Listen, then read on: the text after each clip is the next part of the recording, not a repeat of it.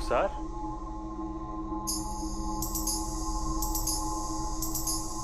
रुखसार,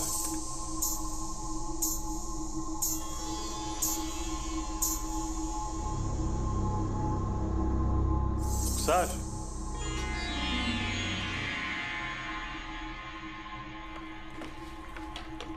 रुखसार,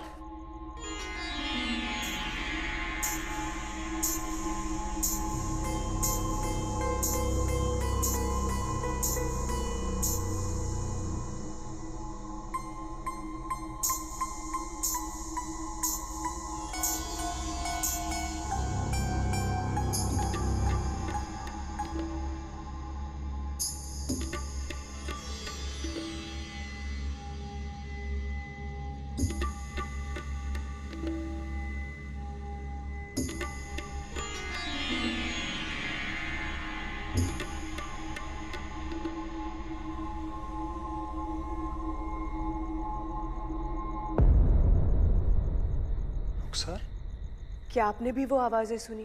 आप यहाँ? तो वो घुंघरू की आवाज, हमें लगा कि आप प्रैक्टिस कर रही हैं।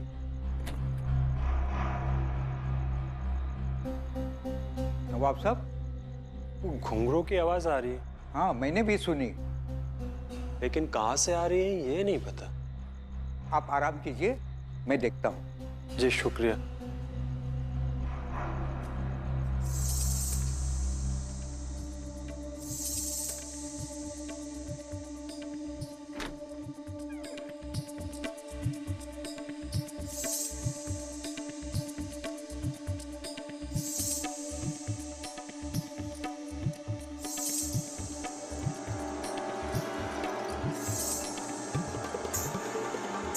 कौन है?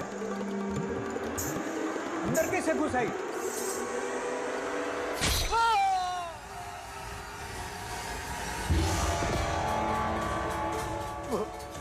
वो सबको मार डालेगी।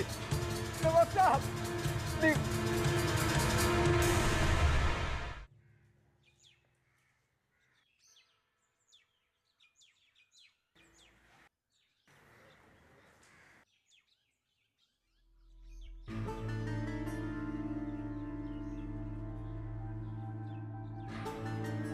नसीबा महल, चलो।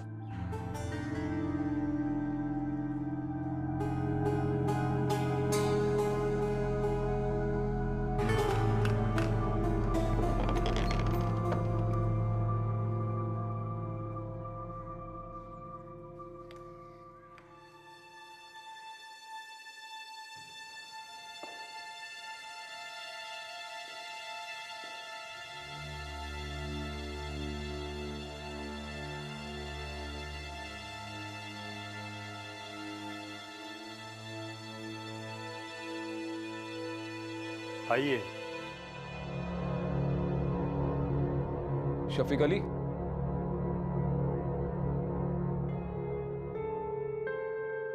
ये हवेली हमारी पुश्तैनी है। हमारे परदादा नवाब अली मिर्जा साहब इस हवेली से बहुत प्यार करते थे। किसी जमाने में इसकी महफिलें बहुत मशहूर हुआ करती थी। खैर, कुछ साल पहले हमारे अब्बा हमें दुबई ले गए। हम वहीं पे पले बड़े। हमारा निकाह भी रुखसार के साथ में वहीं हुआ और हमारा बेटा आदिल, वो भी वहीं की पैदाइश है। हमारी बेगम और हम अक्सर इंडिया आने की बातें करते थे। हमारी दादा की डेथ के बाद ये हवेली बंद थी और आदिल भी बड़ा हो रहा था, तो हम दोनों ने सोचा क्यों ना आदिल को कुछ साल इंडिया में बड़ा किया जाए। और इसलिए आप अपनी पुश्तैनी हवेली में रहने के लिए चले आए? जी, इनफैक्ट हम नवाब हैं और हम यहाँ आना भी चाहते थे। इस हवेली को सड़ने से बचाना चाहते थे। लेकिन जिस रोज हम यहाँ आए उस रात को कुछ अजीब सी चीजें हुई। यहाँ सेंट्रल हॉल से कोई घुंघरू की आवाज सुनाई दी। उधर क्या हुआ है ये देखने के लिए हमारा चौकीदार वहां गया तो उसका कत्ल हो गया। हम सब लोग बहुत परेशान हैं। लोग कहानियां बना रहे हैं और इस शहर के सभी लोग बातें कर रहे हैं कि इस हवेली में कोई बुरा साया है। हमारी बेगम एक पल भी यहां रहना नहीं चाहती। आप प्लीज दोनों इस मिस्ट्री को सॉल्व कीजिए लेकिन एक सच्चाई हम आपको बताना चाहते हैं कि हमें पुलिस वालों से कोई उम्मीद नहीं है। कल रात को हमने उन्हें फोन किया तो उन लोगों ने यहाँ आने से साफ इनकार कर दिया। इनकार कर दिया? जी, अब आप भी बताइए कि हम अपने ये खानदानी महल को कैसे छोड़कर जाएं, कैसे भाग जाएं यहाँ से?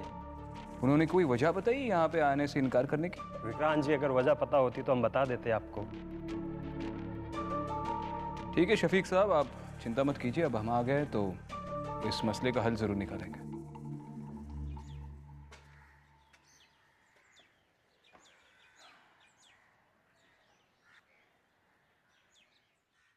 किस सोच में डूब गई मोहतरमा? सोचने वाली बात है। 50 साल से ये हवेली सिर्फ इसलिए बंद पड़ी थी क्योंकि लोगों को लगता है कि यहाँ पे आत्माएं रहती है। पहले इंसानों पे शक करें। आत्माएं तो पिछले 50 सालों से यहाँ पर रह ही रही है, वो कहीं नहीं जाएंगी। शायद कोई इस हवेली पे अपना कब्जा जमाने के लिए ये डर फैला रहा है।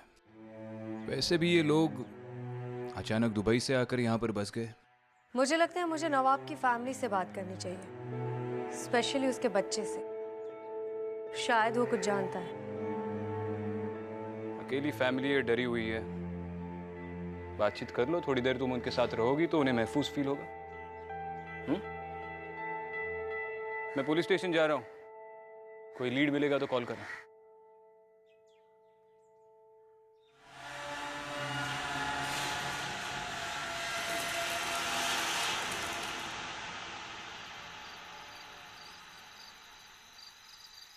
अम्मी अम्मी चलो ना, अम्मी प्लीज इस घर से चलो ना, अम्मी चलो ना। हम चलेंगे यहाँ से। आप अभी अब्बू के पास जाइए, हमें इनसे बात करनी है। हम आते हैं। प्लीज चलो ना अम्मी, यहाँ पर अजीब अजीब आवाजें आती हैं और हम यहाँ पर एक पल भी नहीं रुकेंगे। कैसी आवाजें बेटा, और कहाँ से आती है? पता नहीं, पर आवाजें आती हैं।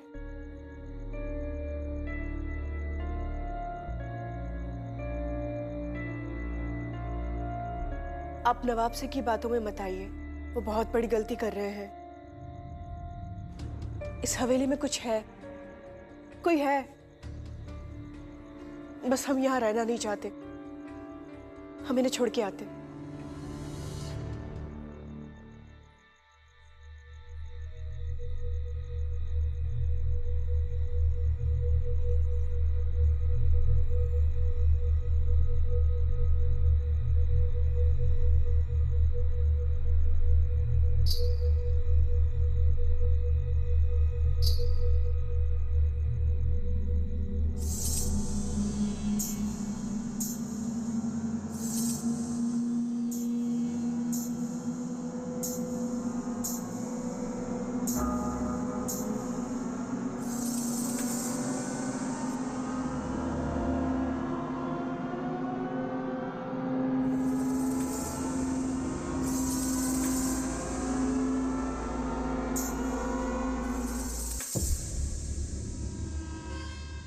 उस चौकीदार के बारे में हमें क्या क्या पता है? सर ज़्यादा कुछ नहीं, लेकिन वो लोकल नहीं था।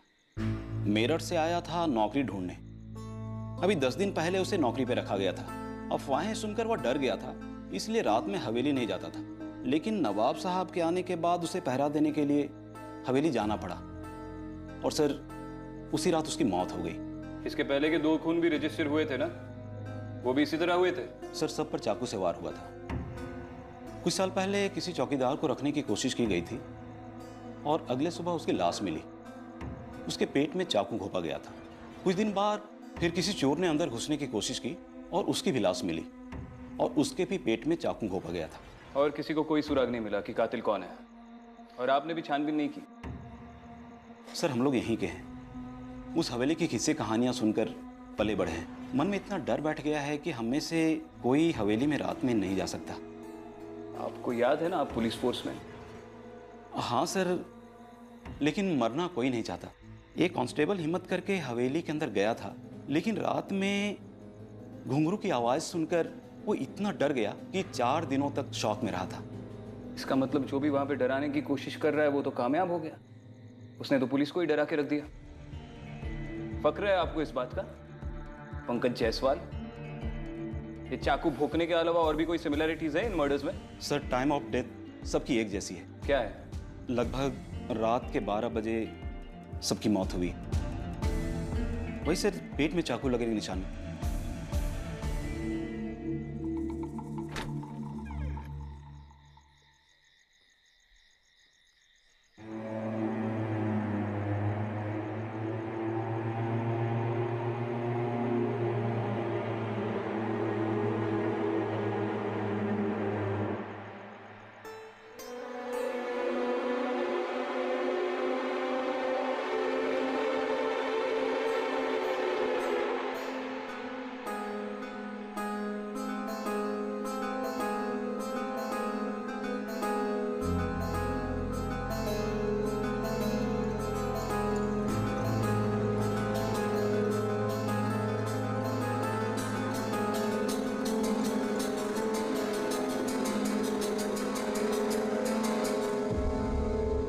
डरो मत, मैं ही हूं।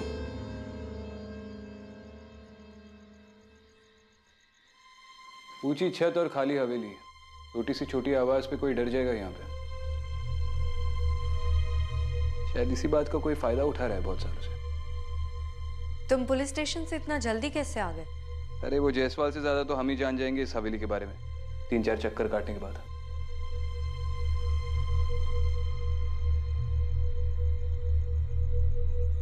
तबला और सारंगी को देख के लग रहा है कि इन्हें आज भी कोई इस्तेमाल करता है।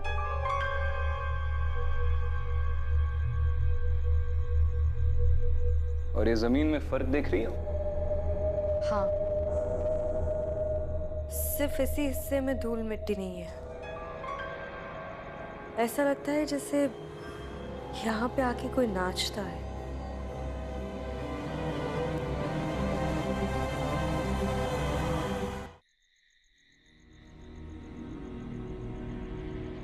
शफीक जी, आज रात को हम आपके हवेली के बाहर ही रुकेंगे।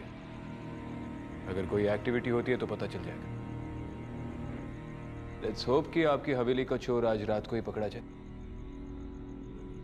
बहुत बहुत शुक्रिया आप दोनों का, लेकिन आप रुकेंगे कहाँ? उसकी चिंता आप मत कीजिए, बस इत्मीनान रखिए। Good night.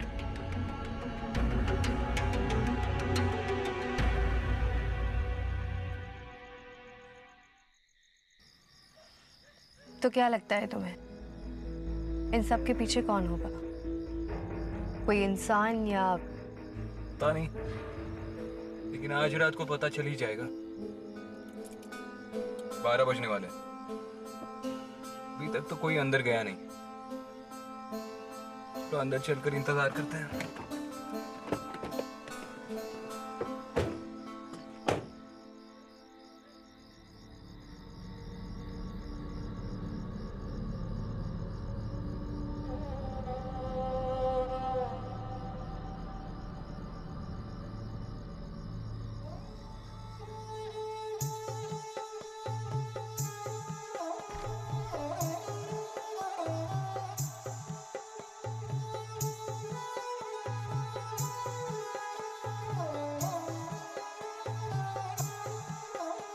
ये कैसे हो सकता है?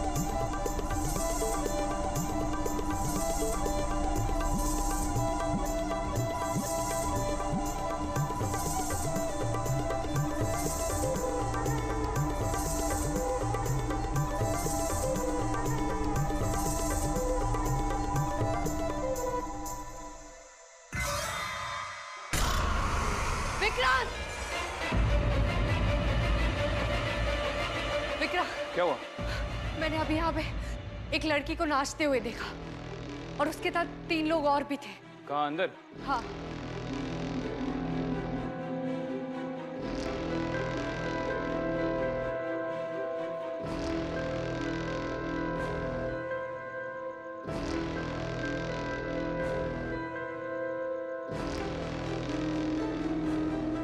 अंदर तो कोई भी नहीं है और इतनी जल्दी तो कोई छुप भी नहीं सकता। विक्रांत वो इंसान नहीं थे, वो आत्माएं थी।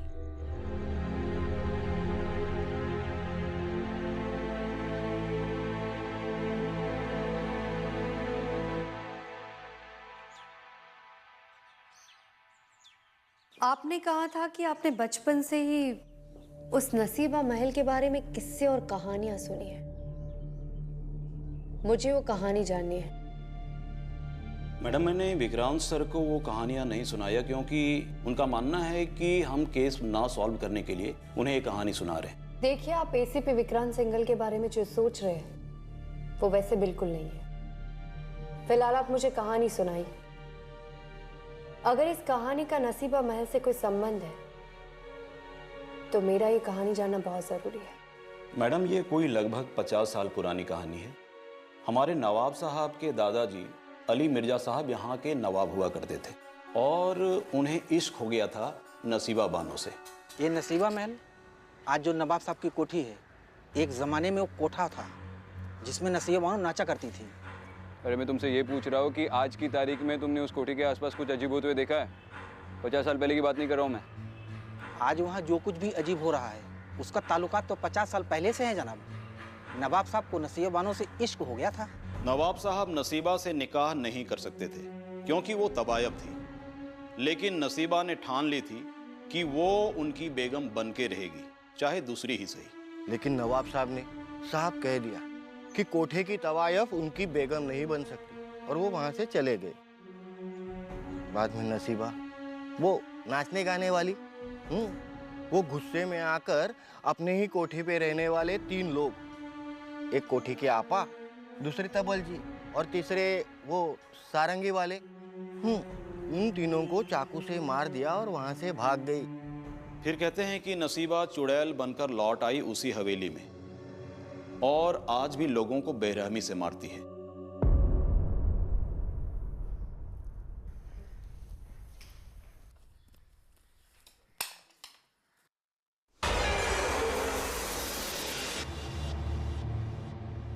अम्मी कहाँ हैं आप?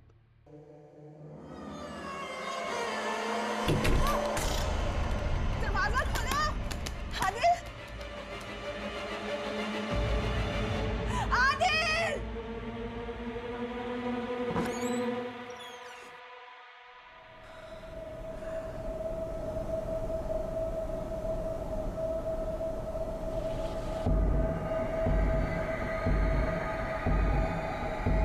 आदिल,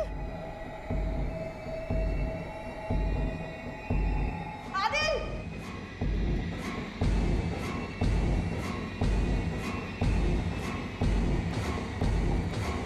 आदिल, आदिल, क्या हो गया?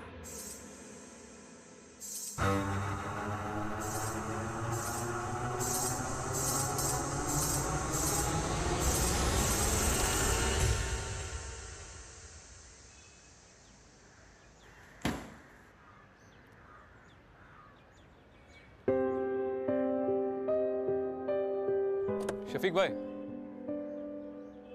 आप हवेली छोड़कर जा रहे हैं?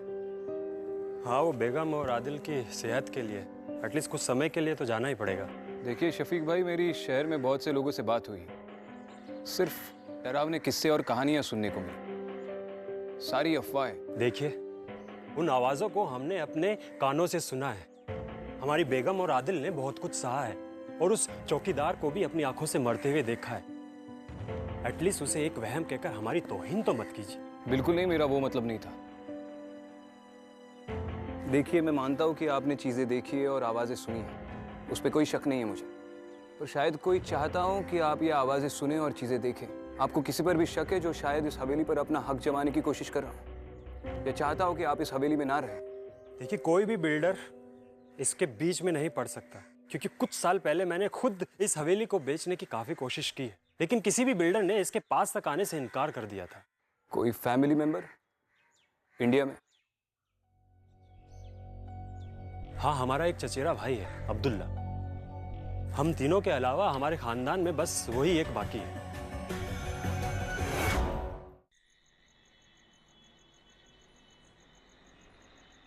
अब्दुल्ला जी, तो आप नवाब शफीक अली के इकलौते चचेरे भाई हैं?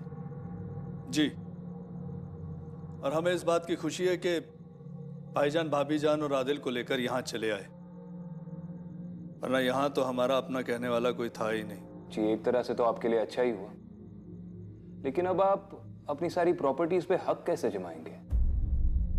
अगर शफीक ना होते तो आप ही नवाब होते। देखिए, एक तो हुकूमत का जमाना गया, भाईजान भी अब सिर्फ नाम के ही नवाब हैं, और रही बात प्रॉपर्टी पर हक जमाने की, तो आप देख सकते हैं कि खुदा का दिया सब कुछ है हमारे पास, और फिर हमें और किस प्रॉपर्टी की ख्वाहिश होगी?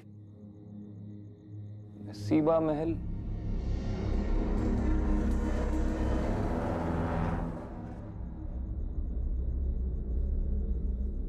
देखिए, उस हवेली से हम कोसों दूर रहते हैं। जिस घर पर पहले से ही चुड़ैल का साया हो, भला कोई उसकी ख्वाहिश क्यों करेगा?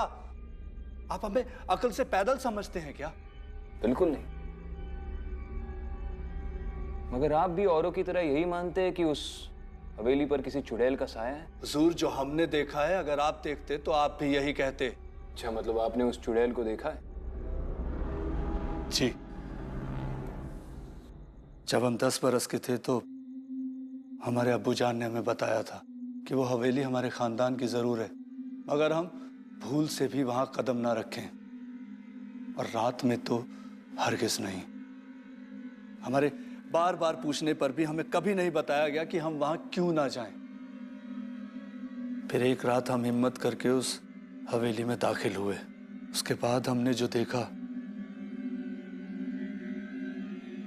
क्या देखा? नसीबा बानो वो चुड़ैलों की तरह नाच रही थी और हमें मारने के लिए हमारी तरफ बढ़ रही थी।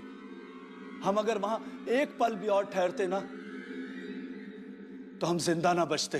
पता नहीं क्यों मुझे अब भी लग रहा है कि आप ही ने इन कहानियों को बढ़ावा दिया है ताकि कोई उस हवेली पर कब्जा ना कर सके। देखिए, पैसों की कमी नहीं है हमारे पास, और अपनी जान की सलामती के लिए हम वहां कदम रखने का इरादा भी नहीं रखते। यहाँ आसपास कोई मदरसा है?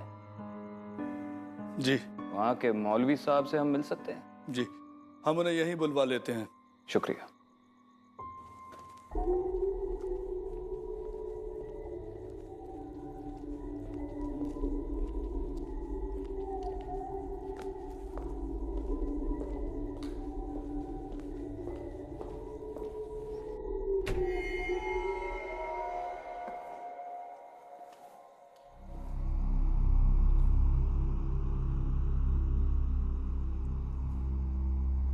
मिस्टर शफीक,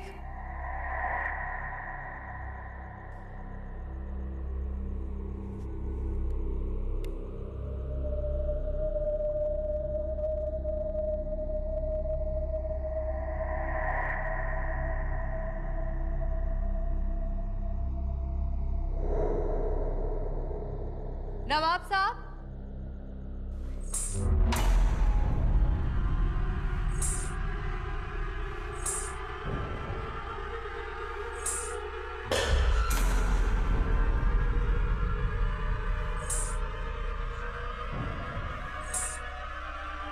कौन हो तुम?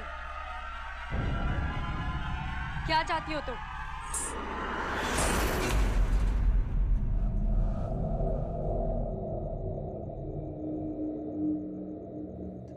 देखो, जब तक तुम मुझे सच नहीं बताओगी मैं तुम्हारी मदद नहीं कर सकती हूँ। नसीबा,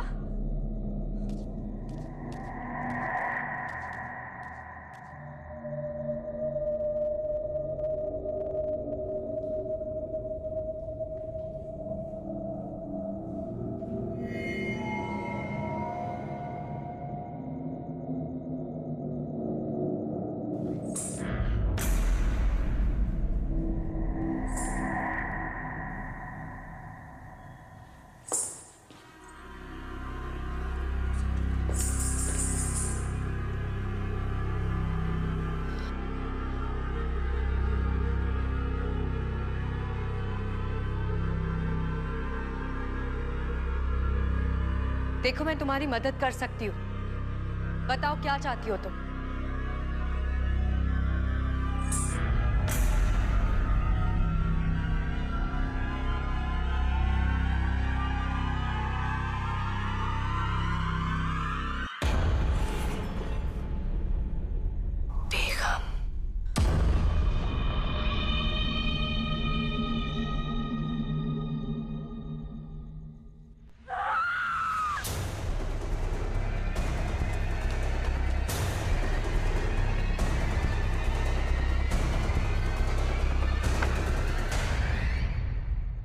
मौलवी जी, हमारे बुलाने पे आप आए, इसके लिए शुक्रिया।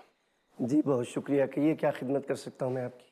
जी, मैंने शहर में बहुत से लोगों से नसीबा बानो के बारे में किस्से सुने, लेकिन वो सब लोग तो वही बोल रहे हैं जो वो सालों से सुनते आ रहे हैं। कम से कम आप तो हकीकत जानते होंगे कि 50 साल पहले क्या हुआ था। देखिए, अगर लोग कह रहे हैं कि नवाब साहब को नसीबा से इश्क हो गया था तो बेशक ये सच है, और अगर वो ये कहते हैं कि नसीबा को भी नवाब साहब से मोहब्बत हो गई थी तो बेशक ये भी सच है।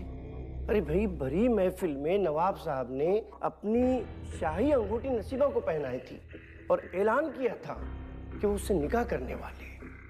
नसीबा फूले नहीं समा रही थी, वो कहती फिरती थी कि नवाब साहब मेरे होने वाले शौहर हैं। हाँ, मगर लोग तो कहते हैं कि ये सब अफवाहें हैं, ये सब बकवास है। नसीबा तो यहाँ तक लोगों से कहती थी कि मैं छोटी बेगम बनने वाली हूँ। मैं छोटी बेगम हूँ और इसीलिए नवाब साहब ने उस महल का नाम नसीबा महल रखा था। लेकिन अगर वो इतनी खुश थी तो 3 लोगों को मारकर फरार क्यों हो गई? बरसों से मैं खुद इस सवाल का जवाब ढूंढ रहा हूँ कि नसीबा को अगर नवाब साहब से कोई रंजिश थी तो वो उनका कत्ल कर सकती थी, उनको मार सकती थी, लेकिन नसीबा ने ऐसा नहीं किया। मगर बदकिस्मती की बात यह है कि साल भर के अंदर अंदर इस वाक़े के बाद नवाब साहब का इंतकाल हो गया। शायद वो ये सदमा बर्दाश्त नहीं कर सके। मौलवी जी, ये तो मैं भी जानता हूँ कि नसीबा बानो कोई चुड़ैल नहीं है, लेकिन ताज्जुब इस बात का है कि इतना सब कुछ जानते हुए भी आपने ये सब किसी को बताना ठीक नहीं समझा। देखिए, लोगों को दरअसल हकीकत से ज्यादा किस्से कहानियों का जायका पसंद है और मैंने बताने की कोशिश की, मगर किसी ने मेरी बात पर कान नहीं धरा तो भला मेरा क्या कसूर है इसमें? शुक्रिया मौलवी जी। जी।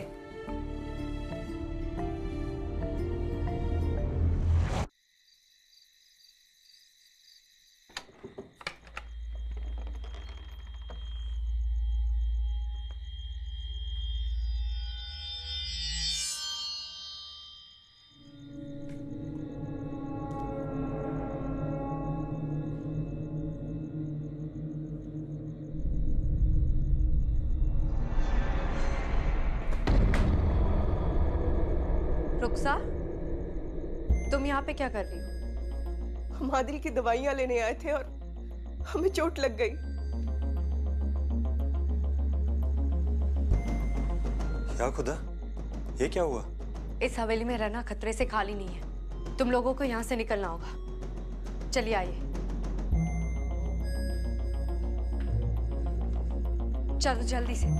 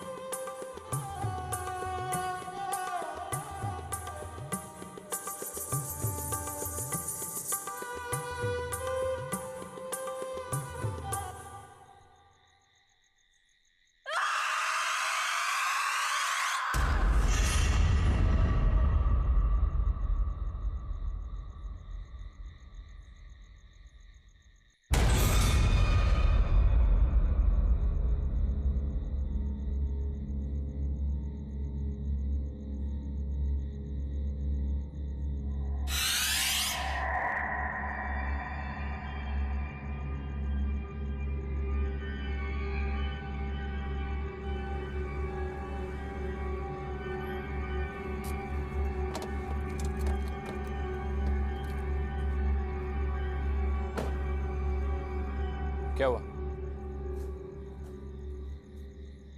उस रात उस कमरे में मैंने जो देखा था वही आज मैंने फिर से देखा। हर रात उस कमरे में उसी पल को दोहराया जा रहा है। मतलब? विक्रांत, मुझे लगता है कि नसीबा के कोठे में जो 3 लोग मरे थे उसमें और नसीबा के गायब होने में नवाब साहब का हाथ है। ये तुम कैसे कह सकती हो?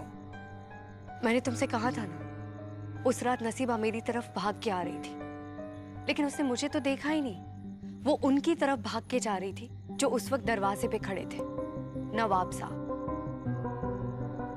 तुमने नवाब साहब को पहचाना कैसे? ठीक से देख नहीं पाई, चेहरा तो बिल्कुल नहीं देखा,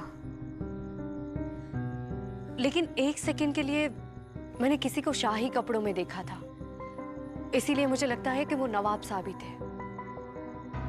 और ये नवाब साहब को हम एविडेंस में कैसे पेश करेंगे? पूछ रहा हूं। विक्रांत, प्लीज मेरी थ्योरी पे भरोसा करो। मजाक कर रहा हूं। मुझे वापस हवेली में जाना होगा।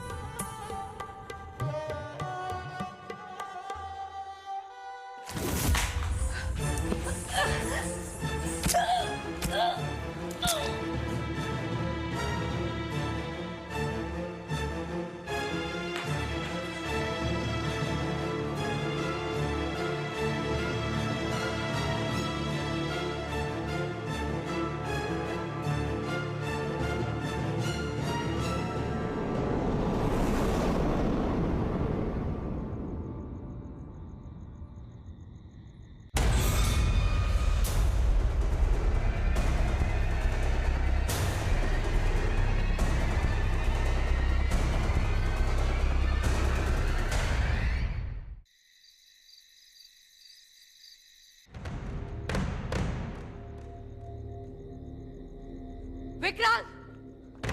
विक्रांत! क्या हुआ? विक्रांत, हमें जल्दी से इस दीवार को तोड़ना होगा। क्यों? नसीबा इस दीवार के पीछे है। क्या? तुम्हें कैसे पता? वो सब मैं तुम्हें बाद में बताती हूँ, लेकिन अभी हमारा इस दीवार को तोड़ना बहुत जरूरी है।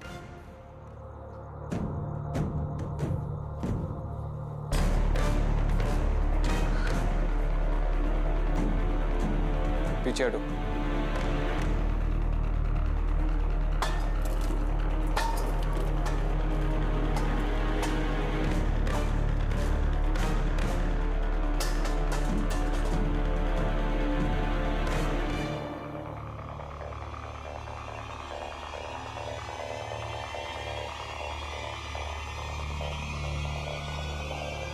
ये नसीबा है।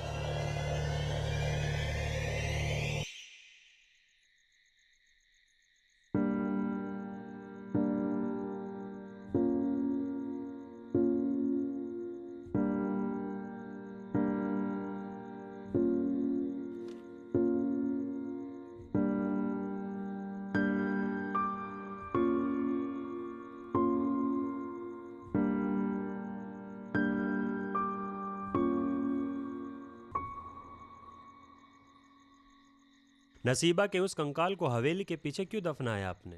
और आपको कैसे यकीन है कि वो कंकाल नसीबा का ही था? नसीबा कभी भागी नहीं थी। वो नवाब साहब से मोहब्बत करती थी और उनसे निकाह करना चाहती थी। नवाब साहब भी इस बात के लिए राजी थे, लेकिन उनकी बेगम ने ऐसा होने नहीं दिया। पता नहीं आप लोगों को सुन के कैसा लगेगा, लेकिन नसीबा की मौत के पीछे बेगम साहिबा का हाथ था। ये सब आप कैसे जानती हैं?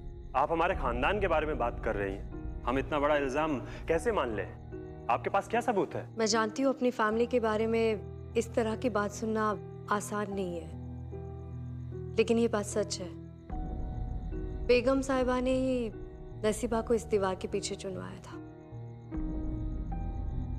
मिस्टर शफीक, आपने हमें जिस काम के लिए बुलाया था वो हो गया है। अब आप चाहे तो इस घर में रह सकते हैं या कहीं और। आपकी रिक्वेस्ट पे हम आपको 1 महीने के लिए पुलिस प्रोटेक्शन दे सकते हैं, जस्ट टू बी श्योर। और जहां तक अदिति ने जो कहा है उसका सवाल है, तो वो भले ही आपके सामने कोई सबूत ना पेश कर पाए, लेकिन ऐसे मामलों में उसका तजुर्बा हमारी सोच और समझ से कई बढ़कर है।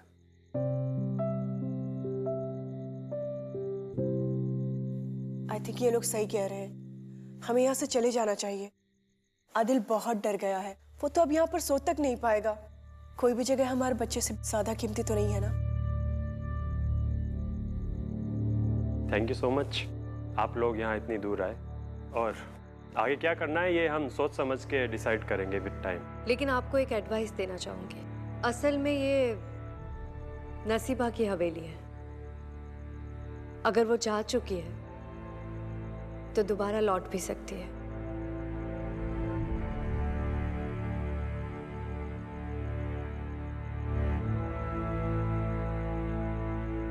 अदिति ने जो भी कहा है सोच समझ कर कहा है। अब इसे मानना या ना मानना आपकी मर्जी है। ख्याल रखिए।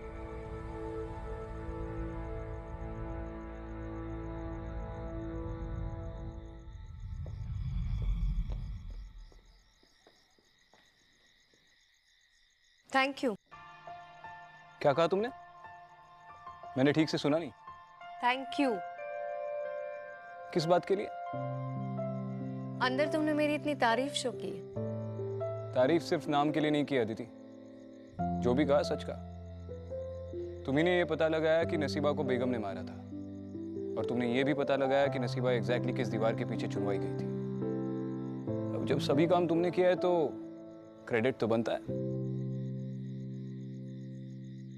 आई जस्ट होप कि शफीक ने हमारी बातों पे यकीन कर लिया हो। खैर, सुरेश सर का कॉल आ रहा है, चलो निकलते।